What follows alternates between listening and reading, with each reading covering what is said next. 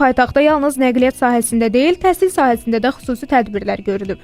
Birləşmiş Millətlər Təşkilatının Ümumdünya Şəhərsalma Forumunun 13-cü sessiyasının keçirildiyi dövrdə Bakı şəhərində fəaliyyət göstərən ümumi təhsil müəssisələrinin 5-ci 11-ci sinifləri üzrə tədris prosesi distant formada həyata keçirilir. Belə ki, Elm və Təhsil Nazirliyinin əmrinə uyğun olaraq 18-22 may tarixlərində paytaxtın Yasamal, Səbail, Nəsimi, Nərimanov, Binəqədi, Xətai və Xəzər rayonlarındakı ümumi təhsil müəssisələrini əhatə edən distant dərslər Teams platforması üzərindən tədris olunacaq. Lakin Pirallahı, Qaradağ, Suraxanı, Sabunç və Nizami rayonlar istisnadır.